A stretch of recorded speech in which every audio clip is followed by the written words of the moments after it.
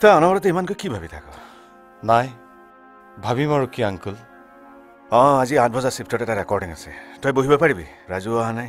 মই কিন্তু মোৰ গাটো ভাল লগা নাই। ঠিক আছে ময়ে বহিম বাৰু, তুমি যোৱাগৈ যোৱা।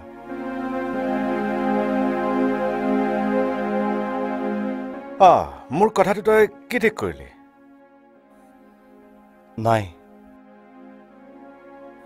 সেইবোৰ এতিয়া থাকক। কিয় থাকিব? চা, তোক এজন গায়ক হিচাপে প্ৰতিষ্ঠিত কৰাটোৱেই তোৰ দেউতাৰ এটা ডাঙৰ এম্বিশ্যন আছিল। সেইকাৰণেতো এই ষ্টুডিঅ'টো খাইছিল। নাই আংকুল, মই আজি আৰু কাৰ কাৰণে গান গাম? মোৰ গান শুনিবলৈ দেউতাই বাট নাচালে যেতিয়া। ছাৰ, বাইদেউ,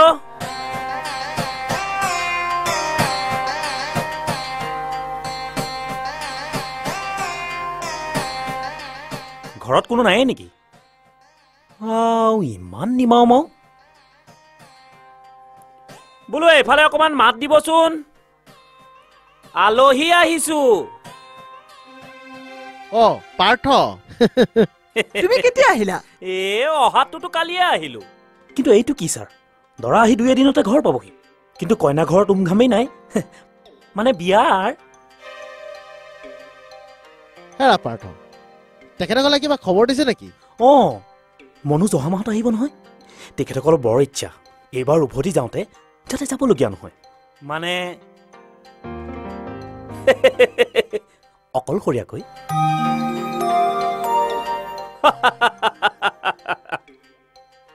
তেতিয়াহ'লেচোন বেছি দিন নাই। মোৰ কথা নুশুনা নহয়? আমাৰ যে একো যোগাৰেই হোৱা নাই জানা। বাইদেৱে যে কি কয় আৰু, আজিকালি আৰু মানুহে যোগাৰৰ কাৰণে চিন্তা কৰেনে? এই আচল বস্তুটো থাকিলে আপুনি এমাহৰ ভিতৰত এখন কিয় 10খন বিয়া পাতিব পাৰিব। ওলাওক গুৱাহাটীলৈ, বজাৰ কৰোঁগৈ। মানে বিয়াৰ।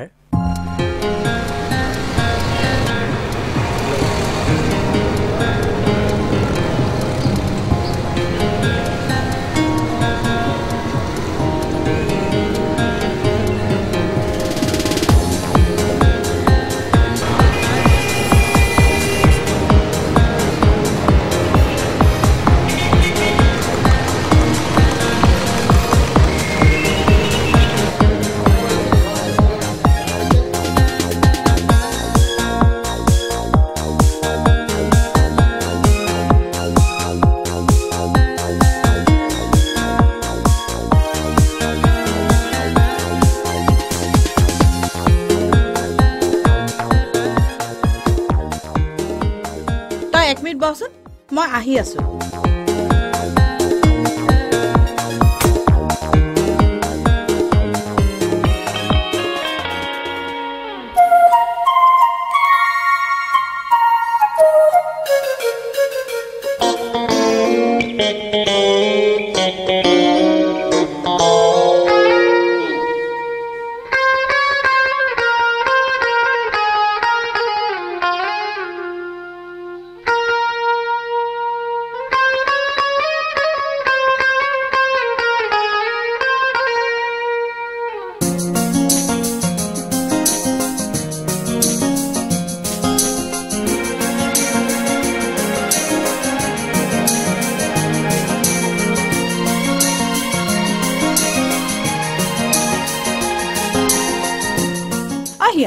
কি হল? কি ভাবিছা?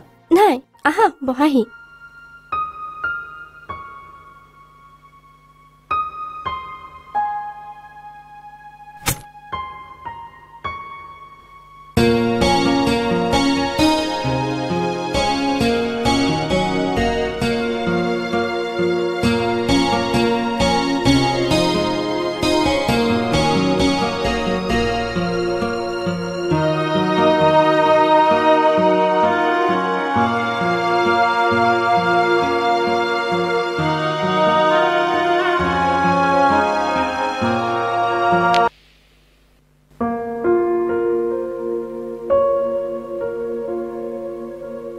এইটোতো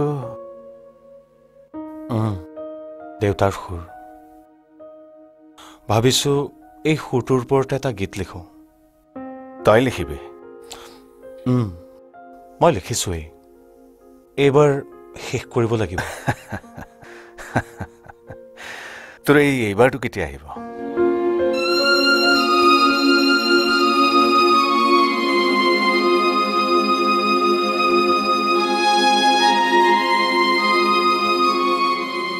ক'ব নোৱাৰোঁ